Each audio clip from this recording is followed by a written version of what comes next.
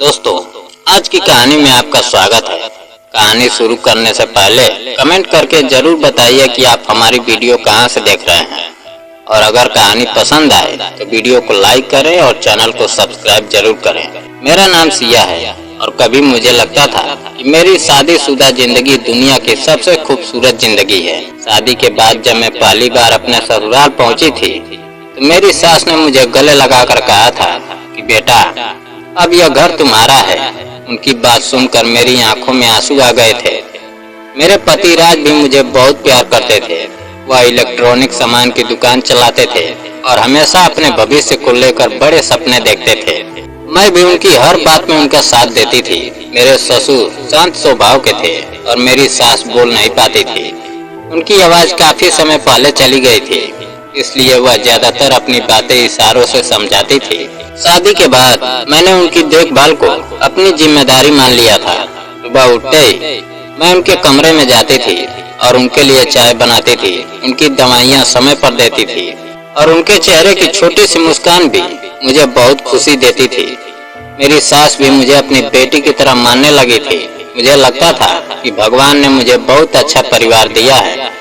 शादी के 2 साल बाद राज की दुकान में अचानक चोरी हो गई। उसने मुझे बताया कि बहुत महंगा सामान गायब हो गया है और अब उसका बिजनेस बर्बाद हो जाएगा। उसे परेशान देखकर मैंने अपने पुरानी नौकरी दोबारा शुरू करने का फैसला किया। शादी से पहले मैं एक IT कंपनी में अच्छी नौकरी करती थी। मैंने सोचा कि अगर मेरी कमाई से राज को सहारा मिल जाएगा तो इससे अच्छी बात और क्या होगी। कुछ दिनों में मुझे नौकरी मिल गई और मैं सुबह ऑफिस जाती तथा शाम को घर लौटकर परिवार की जिम्मेदारी संभालती। मैं थक जाती थी, लेकिन राज के चेहरे पर राहत देखकर सारी थकान भूल जाती थी। मुझे बिल्कुल नहीं पता था कि जिस चोरी को मैं हादसा समझ रही हूँ वह असल में एक चाल थी। कुछ समय बाद मुझे राज के व्यवहार में बदलाव दिखाई देने लगा। वह फोन पर किसी से छिपकर बात करता था और कई बार अचानक घर से बाहर चला जाता था। एक दिन ऑफिस से लौटते समय मैंने सड़क पर राज को एक लड़की के साथ कार में बैठे देखा। मैंने घर पहुंचकर उसे पूछा तो उसने साफ कह दिया कि मैंने किसी और को उसके जैसा समझ लिया है।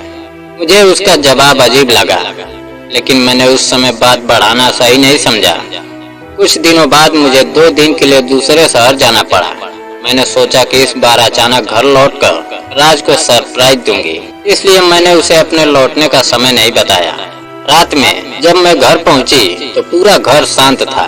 मैं धीरे से अपने कमरे में गई और दरवाजा खोलते ही मेरे पैरों तले जमीन खिसक गई। वही लड़की मेरे कमरे में बैठी थी। राज भी वही था।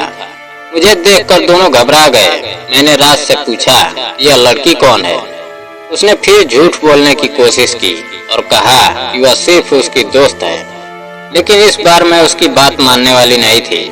मैंने उससे पूछा कि अगर वह सिर्फ दोस्त है तो मेरे कमरे में रात के समय क्या कर रही है? राज गुस्सा करने लगा और मुझ पर शक करने का आरोप लगाने लगा। तभी मुझे अपनी सास का ख्याल आया। मैं उनके कमरे में पहुंची तो वह मुझे देखते ही रोने लगी। उनके चेहरे पर ऐसा डर था जिसे देखकर मेरा दिल कांप गया।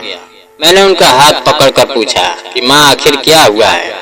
वह बोल नहीं सकती थी, लेकिन बार बार मेरी तरफ देखकर कुछ समझाने की कोशिश कर रही थी। मेरे ससुर भी चुप बैठे थे। मैंने उनसे जवाब मांगा तो उनकी आंखों में आंसू आ गए। आखिरकार उन्होंने सच बताया जिसने मेरी पूरी दुनिया बदल दी। उन्होंने कहा कि राज उनका सगा बेटा नहीं है। उन्होंने उसे बचपन में गोद लिया था और अपनी औलाद से भी ज्यादा प्यार दिया था। उसकी पढ़ाई से लेकर दुकान शुरू करने तक उन्होंने हर कदम पर उसका साथ दिया था। लेकिन बड़ा होने के बाद राज बदल गया। उसे अपने माता पिता की कोई परवाह नहीं रही। मेरी सास की आवाज चली जाने के बाद भी उसने उनका सहारा बनने के बजाय उनसे दूरी बना ली थी। फिर मेरे ससुर ने बताया कि राज ने मुझसे शादी प्यार के कारण नहीं, बल्कि मेरी नौकरी और मेरी कमाई देखकर की थी। उसे पहले से पता था कि मैं अच्छी नौकरी करती हूँ। शादी के बाद उसने धीरे धीरे मुझे अपने भरोसे में लिया और फिर दुकान में चोरी का नाटक करवाया ताकि मैं दोबारा नौकरी शुरू कर दूं। मेरी कमाई उसके लिए सबसे जरूरी थी। वह चाहता था कि मैं घर भी संभालूं और पैसे भी कमा कर दूं। मेरी आंखों में आंसू बहने लगे। मुझे सबसे ज्यादा दुख इस बात का था कि मैंने उसके लिए अपना सब कुछ किया था, और उसने मेरे भरोसे को ही मेरे खिलाफ इस्तेमाल किया था। मेरे ससुर ने यह भी बताया कि वह लड़की राज की पुरानी जान पहचान वाली थी और दोनों के बीच काफी समय से रिश्ता चल रहा था। यह सुनकर मेरे अंदर का आखिरी भरोसा भी टूट गया। मैंने उसी रात अपने पिता को फोन किया। उन्होंने मेरी आवाज सुनते ही समझ लिया कि मैं बहुत परेशान हूँ और कुछ ही समय में मुझे लेने आ गए। राज ने मुझे रोकने की कोशिश की, लेकिन अब उसके शब्द मेरे लिए बेकार थे। मैंने साफ कहा कि जिस रिश्ते की नींव झूठ पर रखी गई हो उसे मैं जिंदगी भर नहीं ढो सकती। मैं अपने पिता के साथ मायके लौट आई। इसके बाद मैंने अपने पैसों और बैंक के खातों की जांच शुरू की तो मुझे पता चला कि मेरे पैसों से जुड़ी कई चीजों में राज की दखल थी।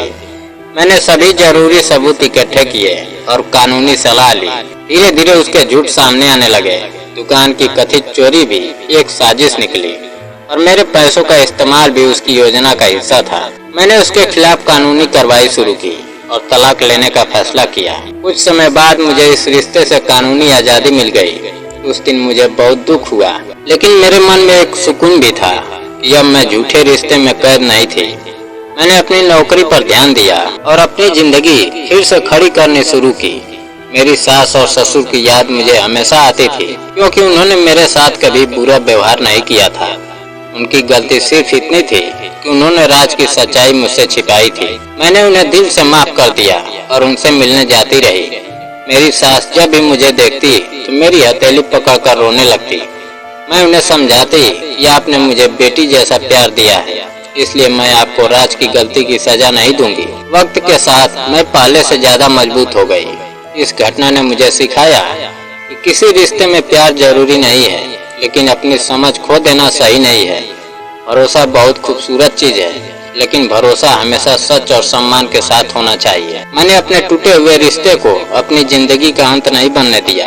मैंने अपने दर्द को अपनी ताकत बनाया और फिर से अपने पैरों पर खड़ी हो गई। आज मैं खुश हूँ, क्योंकि मैंने समझ लिया है कि किसी का धोखा हमारी जिंदगी की आखिरी कहानी नहीं होता। कभी कभी टूटना जरूरी होता है ताकि इंसान खुद को फिर से मजबूत बना सके। दोस्तों, अगर आपको मेरी कहानी से एक सीख मिली हो तो याद रखिए कि रिश्ते प्यार के साथ सम्मान और सच्चाई भी जरूरी है। किसी पर आंख बंद करके भरोसा मत कीजिए और अपनी पहचान कभी मत खोइए। दोस्तों, अगर कहानी पसंद आई तो वीडियो को लाइक और चैनल को सब्सक्राइब करना ना भूलें। जय हिंद।